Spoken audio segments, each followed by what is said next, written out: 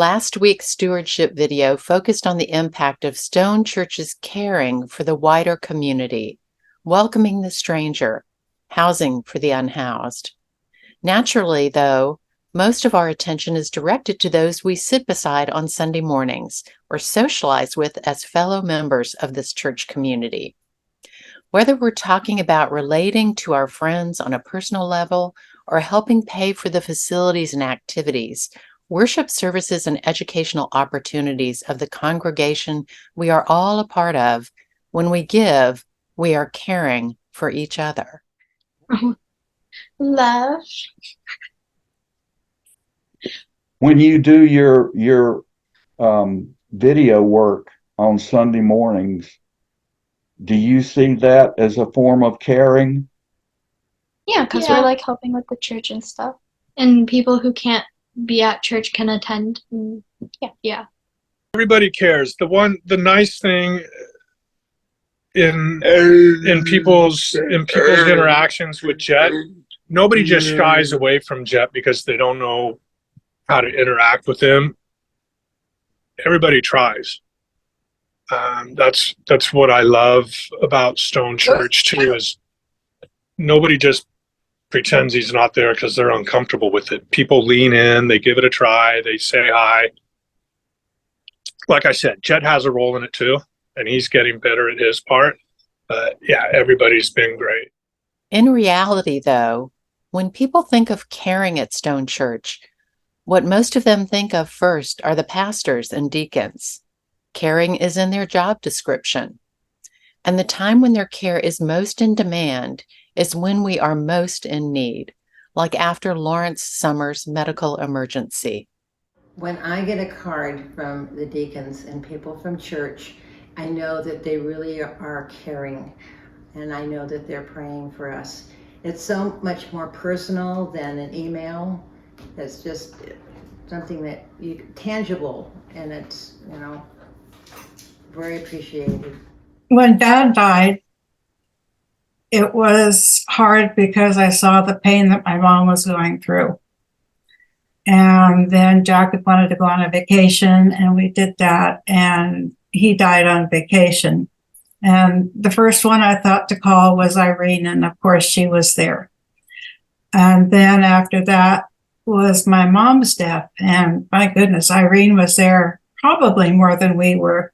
Can you be specific about how you experienced Stone reaching out to you? Charlotte Dixon was my Stephen minister who came, who was not pushy and allowed me my time to talk the way that I needed to talk. Mm-hmm. I appreciated that. Of course, the deacons did help. Dick Kistler had sent me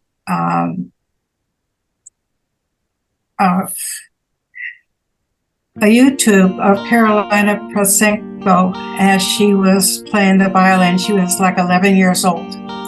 And it touched me so much that it helped carry me through. It was the Alleluia, and I was able to include that in Jack's memorial service. And it brings me such peace. And if Dick hadn't sent that to me, I never would have known it was there.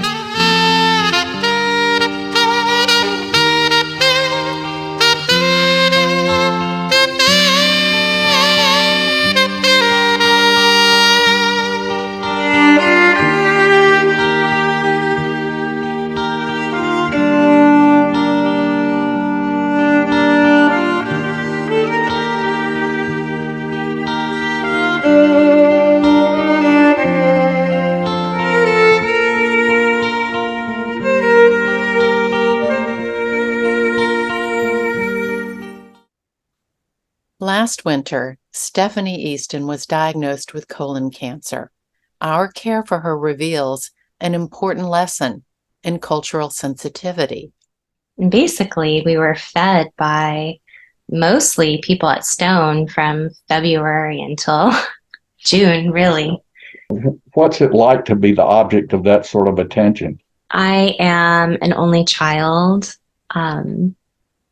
I really like my privacy. I'm an introvert. I'm Japanese American. There's a there's a saying in Japanese that I didn't learn until I was an adult. But when I learned that it was a proverb, a Japanese proverb, it just made so much sense to my soul. And it's, the nail that stands out will be hammered down. It's just shameful to kind of stick out. Because I've been in Christian communities that are intentional about loving, and caring for one another, I felt like I really wanted to just believe people when they offered to help and trust them, and just trust them to make those decisions for themselves. When I told my friends that my mom had cancer, they were like really nice for me, and like they checked in on me and like asked how my mom was doing and stuff. So I felt really cared for. Providing for people's needs is a big part of what caring is about. Those needs go beyond food, shelter, and tangible things. Stone's educational programs highlight what we care about. I think it cares about taking an ancient book that I used to feel was quite irrelevant to my life and giving me a message of what that could mean to me in this troubled world, in these troubled times, and in my complicated life. I think what we have to understand about the Christian faith is that it's, at the heart of it, it's a relationship-oriented faith. And if we start with the idea that we are all created in the image of God, all people, and there are many, many, many challenges for people. And I think as Christians, we are called upon to make life better, for whomever we can, whomever we encounter. If you had a group that did social work and did good things, but it didn't have a faith-based aspect, you'd have, the ACLU or something like that, and it just wouldn't be the same as, hey, there's history here, there's God caring about us, and then us caring about everyone else. And so to try to do a church without Sunday morning worship, it would just fall apart. Stone Church for me extends my community.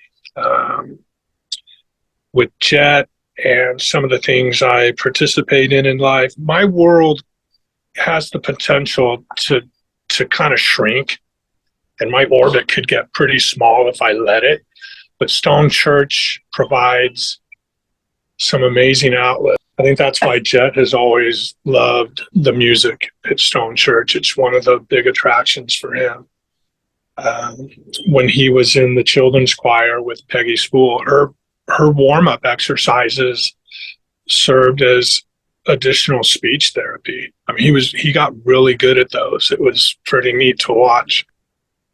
And this year for Halloween, we're farther away from COVID, so we get to go back to the pumpkin patch and the corn maze. You want to enter the corn maze after the sun goes down and get lost? Send out a search party.